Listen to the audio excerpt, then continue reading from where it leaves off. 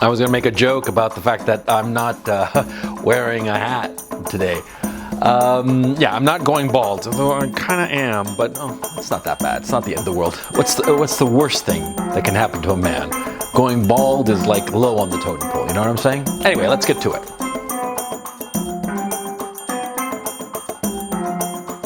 Talking up your book is a term that comes from trading and investing.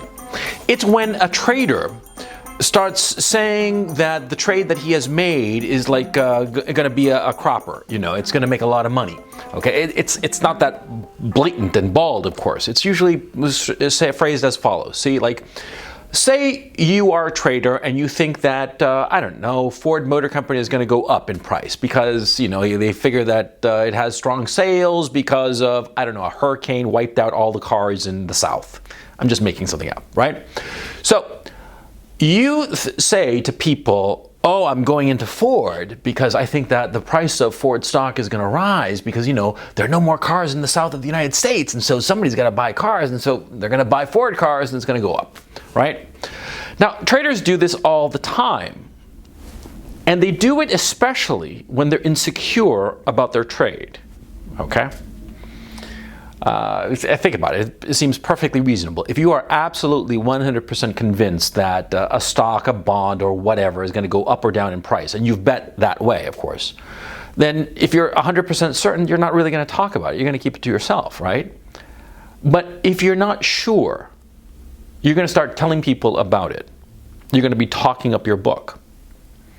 You're going to be talking up your book, and it's sort of like you're trying to convince them that you made the right decision, but the person you're really trying to convince is yourself.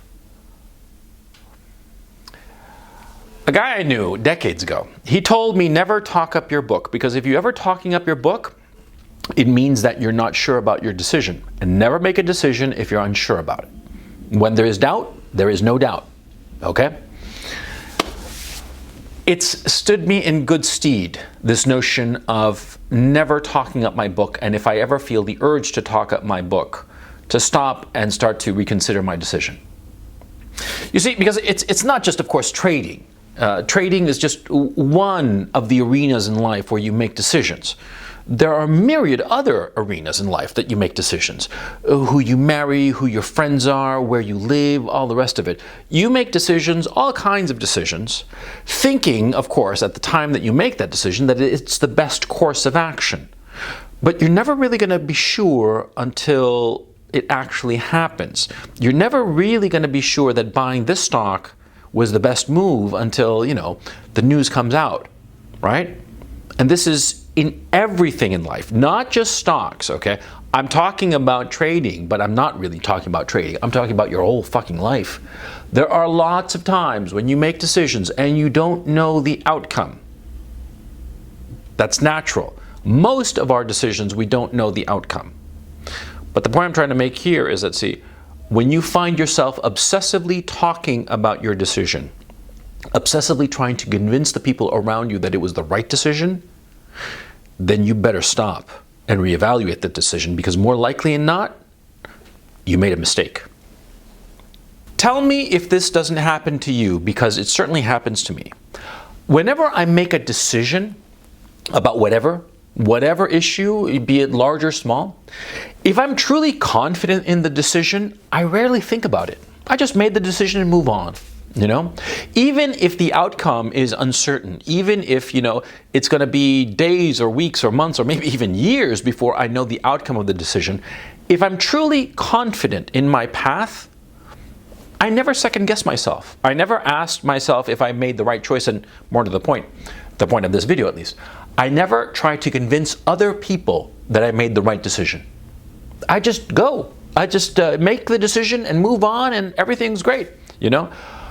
But when I suspect that I made the wrong decision, or suspect that I made the decision in haste and it turned out to be the wrong decision, or I am just unsure, or maybe think to myself that I didn't even need to make a decision, well, in those situations, in those circumstances, I find myself questioning the decision, and I find myself questioning the decision by talking about it incessantly. I mean, you guys know that I'm a talkaholic, right? I can go on and on and on talking about whatever the fuck, right? So imagine what happens, right, to the people around me when I'm insecure about a decision and I start talking about it. I can go on for ages, right? It's really fucking funny, or annoying, as the case may be.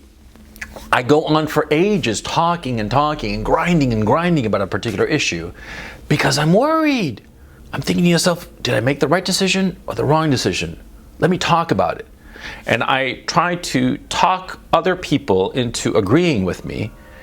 And here's the weird thing that happens to me when I talk up my book, insofar as my decision, i.e. when I try to convince other people that my decision was the right decision, and they agree, oddly I am dissatisfied. And I think less of those people, friends, some of them. Because when they agree with me, I'm sort of like, oh, they agree with me. They shouldn't be agreeing with me. And see, that's the clue. That's the cue. That's the moment that I know that I made the wrong decision. I'm just talking up my book. I'm trying to convince other people and convince myself that it was the right decision, when in my heart I know it was the wrong decision. See? So the point I'm trying to make here is that, see, whenever you find yourself talking up your book, whenever you find yourself trying to tell other people what a great decision you made, or how smart it was that you decided to go in path A instead of path B, whenever that happens, more often than not, you're fucking up. And you have to do the thing that's hardest for most people. And the thing that's hardest for most people is to stop, admit that you're wrong, and try to change course. You see, in almost everything in life, not in trading, in life, you can change your mind. You can go back to the fork in the road and take the other path. In almost everything in life. In trading, in investing, when you buy or sell whatever, unfortunately that is often not the case, okay? You hit the buy button and that's it, and you're set. It's very rare that you're in a trading position where you can sort of like backtrack and come out zero. But in most of life, you can. That's the wonder of life, okay? In most of life, you can change your mind, backtrack on your decision, and take the alternate path. When you are unsure of a decision, when you feel that you have gone down path A, and you realize that no, you should have gone to path B, well then stop. Stop talking up your book, stop spreading bullshit to others, and most importantly to yourself, and change the decision. Walk back. Go to the fork in the road. Take path B. You see what I'm saying? Don't be afraid of changing your mind. And don't feel yourself locked into a decision. Because you've been telling other people about your decision that you decided to take path A, and you've been saying that path A is so great, so wonderful, so this and that, the other. And so a lot of times what happens to everybody is that we find ourselves too embarrassed to change. Now, don't let that happen to you. Do not let that happen to you. Okay? When you realize that you've made a wrong decision, even if you've told everybody, well, you're just going to have to suck it up and just be embarrassed and say, yeah, I told you that I took path A and that path A was great, but it turned out that wasn't such a great path, so I decided to take path B. You see what I'm saying? Don't feel locked in just because you were talking up your book. Just because you were telling everybody, trying to convince everybody, and by way of convincing them, convincing yourself, that the choice you made was the right choice, if you realize it's the wrong choice. Now, notice here, I am telling you that if you realize you make the wrong choice, to go back on the decision and take the other path, right? Or whatever path, or whatever in the decision, right?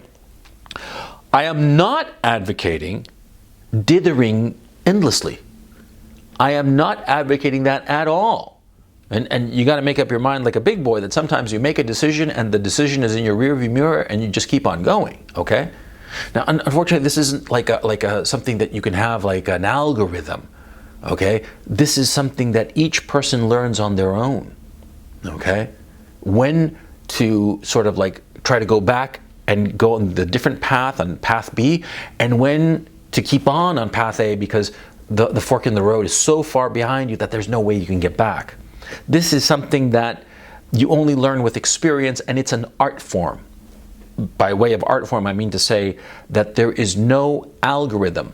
There's no set of steps for you to figure out when you can retreat and change paths, and when you just have to suck it up and continue going in a direction, perhaps the wrong direction, but that's life. There is no algorithm, there is no formula, there is no chart, decision tree chart that can help you. I wish there were, because if there were, it would be easy. If there were, I'd write a book about it and make $1 million.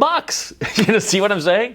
Because if there were such a decision tree, such a neat little schema, just a neat little path of little squares and X's and little diamonds and little arrows, for a decision tree so that you could always make the right choice, yes, I would make $1 million by selling such a book. It would be the bestseller in every list of best-selling books on the planet.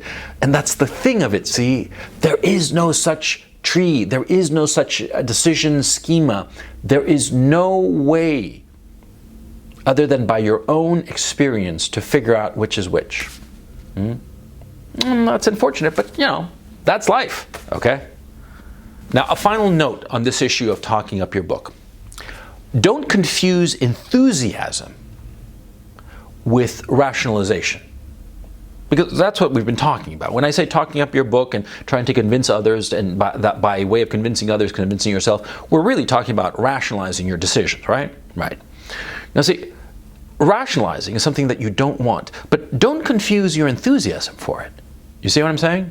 I mean, you find yourself watching yourself, like examining yourself from the outside, and you notice one day that you're talking to your buddy John Smith, and you were going on and on and on about a decision and how excited you were and all the rest of it, and then later you might think to yourself, hey, was I talking up my book? Was I trying to, buy my own brand of bullshit? No, relax, okay? If you're excited about a course of action you're taking or a decision you made, it's perfectly healthy to be exuberant about it and telling people about it, okay? I mean, again, this is an art form. This is life. This is something that you have to have a little bit of sensibility, like delicacy, fine-tuning. You know what I'm saying? If you find yourself excitedly telling your friends and family and neighbors and what have you about some decision that you've made, right? Some course of action you made, a trade, if you're trading, or a decision, or what major you're going to go to college, or what girl you're going to marry, or whatever, and you're talking about it excitedly, and you're looking into the future about the decision. You're saying, oh, I decided that, there was Jane and Susan and Mary, and I decided to marry Jane, and I'm so excited because Jane has all these qualities and we're going to have a great family and blah, blah, blah.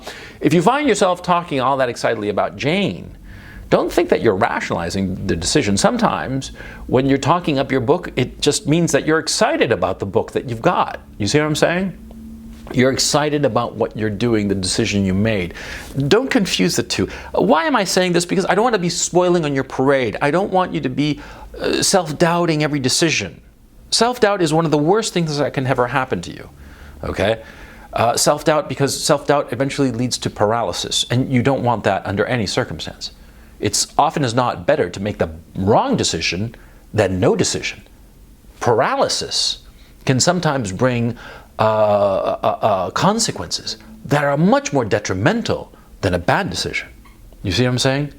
So, I hope, how can I put it? I'm not very satisfied with this video because it seems at once vague and precise, but I hope you get the sense of what I'm trying to say, which is basically quite simple. Number one, pay attention to whether you are trying to rationalize your decision or whether you are genuinely excited about your decision. Number two, if you are constantly telling people what a great decision you made, it's more likely than not you are unsure of that decision and therefore re-examine that decision. And number three, don't fall into the trap of being afraid of decisions. Don't fall into the trap of equivocating and not making a decision. Because more often than not making a decision is far worse and has far more negative consequences than making the bad decision or the less optimal decision. You see what I'm saying? I hope this helps. Because this notion of paying attention as to whether I'm talking up my book has served me very well over the years. Oop. The phone. I guess that's the end of the video.